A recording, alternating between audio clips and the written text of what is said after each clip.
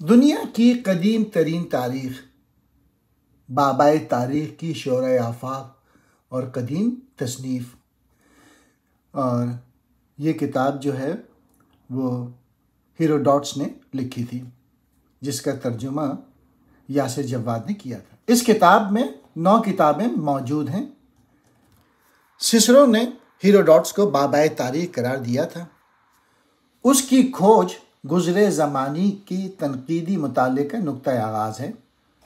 5वीं सदी के वस्ती बरसों के दौरान फ़ारसी जंगों के बाद की नस्ल से लेकर 420 क्यू मीम की दहाई तक हीरोडोट्स एथेंस में सरगर्म था।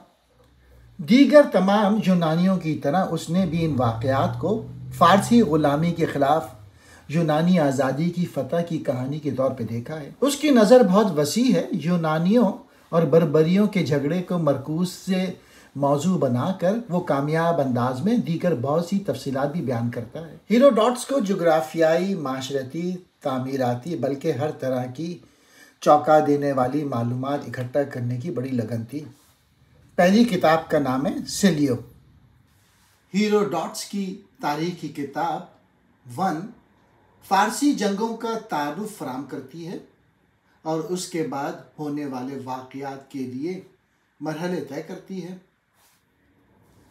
इस किताब की शुरुआत शाह साइरस अज़ीम और उसकी लेडिया की फ़तह से शुरू होने वाली सल्तनत फ़ारस के उरूज के बयान से होती है। उसके बाद हीरोडोट्स ने लाइडिया के अमीर बादशाह क्रोशियस की कहानी और यूनानी शहर की मुख्तलिफ रियासतों के साथ उसकी बातचीत का जिक्र किया है। इसके बाद इस किताब की दास्तान पर्शिया यानी ईरान के बादशाह डारियस I की कहानी से शुरू होती है, जो कि लाइडियन का दारुल हुकूमत सार्डिस की तबाही का बदला एथेंस और एरिट्रियंस के ज़रिए लेना चाहता है। किताब 1 का क्लाइमैक्स यूनान पर फ़ारसी हमला है, जो 490 साल क़ब्ल मसीह में एथेंस की जंग पर मरकूज़ है। मिल्कियडास की क़यादत में एथेंस ने बड़ी फ़ारसी क़ुव्वत पर हैरत अंगेज़ फ़तह हासिल की थी।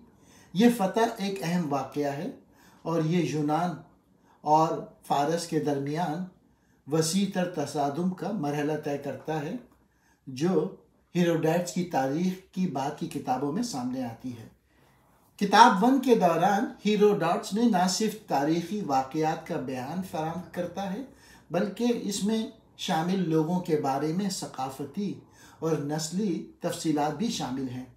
इसका काम सिर्फ जंगों की तारीख़ नहीं है, बल्कि उसके ज़माने में मशहूर दुनिया की सक़ाफ़तों और रसूम व रवाज की वसीतर तहक़ीक़ भी है।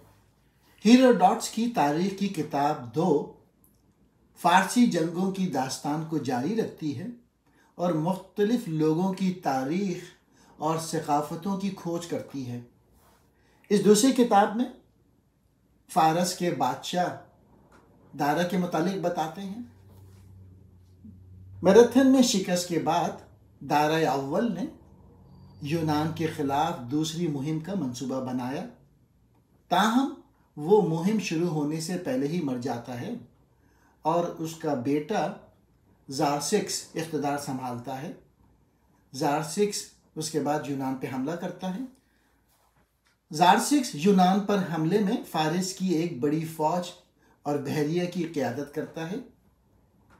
इस किताब में फ़ारसी अफ़वाज की तैयारियों और नक़ल व हरकत की तफसील है। इसके बाद थर्मोपाइले और लियोनिडस की जंग की तफसील है। यूनानी शहरी रियासती फ़ारसी हमले के ख़िलाफ़ मज़ाहमत के लिए मुत्तहिद हो गई। बादशाह लियोनार्डस की सरबराही में स्पार्टन्स थर्मोपाइल के तंग दायरे पर बहादुरी का मुजाहरा करते हुए कई दिनों तक फ़ारसियों को रोके रहे।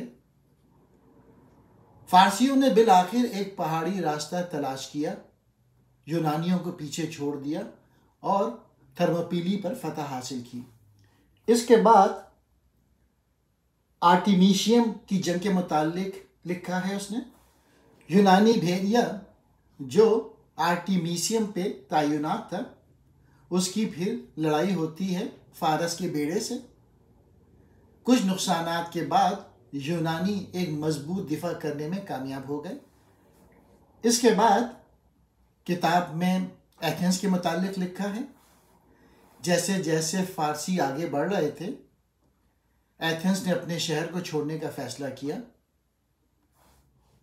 एथेंस के लोग पीछे हटते हटते पेलोपोनेशियम के इलाके में पहुंच गए और पर्शियंस ने, फारस ने एथेंस को जला दिया। यूनानी भेड़िया थेमिस्टोकल्स की कमान ने सलामीस की बहरी जंग में फारसियों का सामना करती है। फरेब और धोखाधड़ी की चालों के जरिए यूनानियों ने फैसला कुन फतह हासिल की, जिससे फारस के बहरी बेड़िए को नुमायां तौर पे कमज़ोर किया गया और वो हार गए। सलामीस में शिकस्त के बाद फारसियों को दरपेश चैलेंजों पर रोशनी डालती है ये किताब। तीसरी किताब फारसी जंगों की दास्तान को जारी रखती है, जिसमें सलामीस की जंग के बाद और प्लाटिया की जंग तक के वाक़यात पे तवज्जो मरकूज़ की गई है। तीसरी किताब में यूनानी इत्तेहाद और दिफाई तैयारी पे जोर दिया है।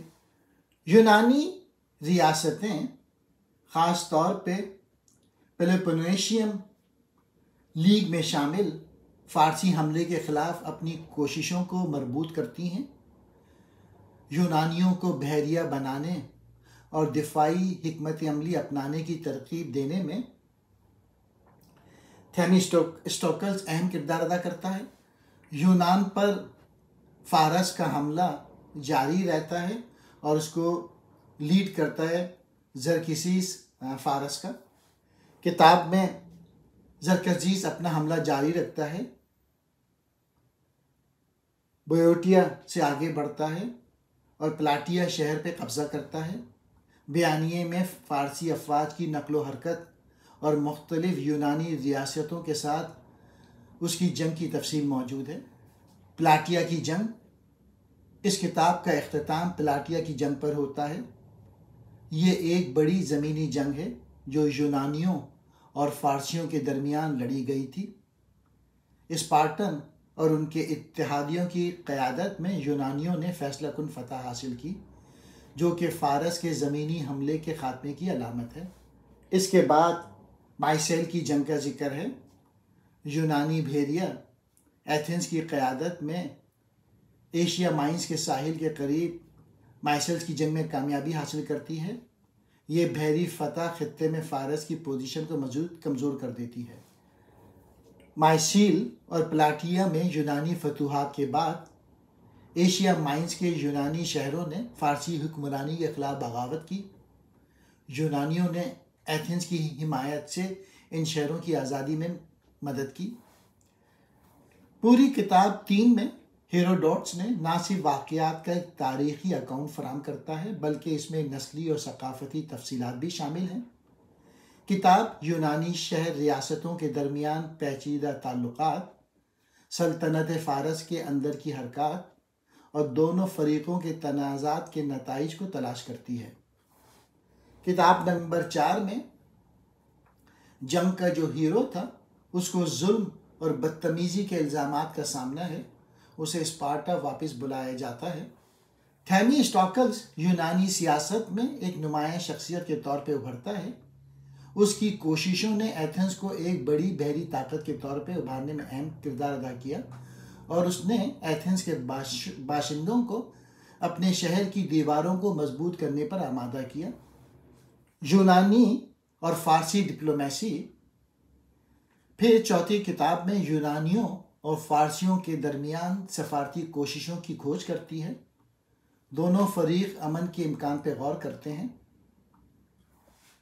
ताहम ये मुज़ाकरात पेचीदा है और मिले जुले नताइज की तरफ ले जाते हैं। किताब 4 में यूनान एक बड़े खिलाड़ी के तौर पर उठता है और एथेंस को रूज हासिल होता है और फारस के साथ जारी कशीदगी को जाहिर करता है। किताब नंबर 5 में भी फारस और यूनान की जंगों का जिक्र है। बाकी 5, 6, 7, 8 और 9 किताब जो हैं उन सब में यूनान और फारस के दरमियान जो जंगें हुई थी उनका जिक्र मौजूद है।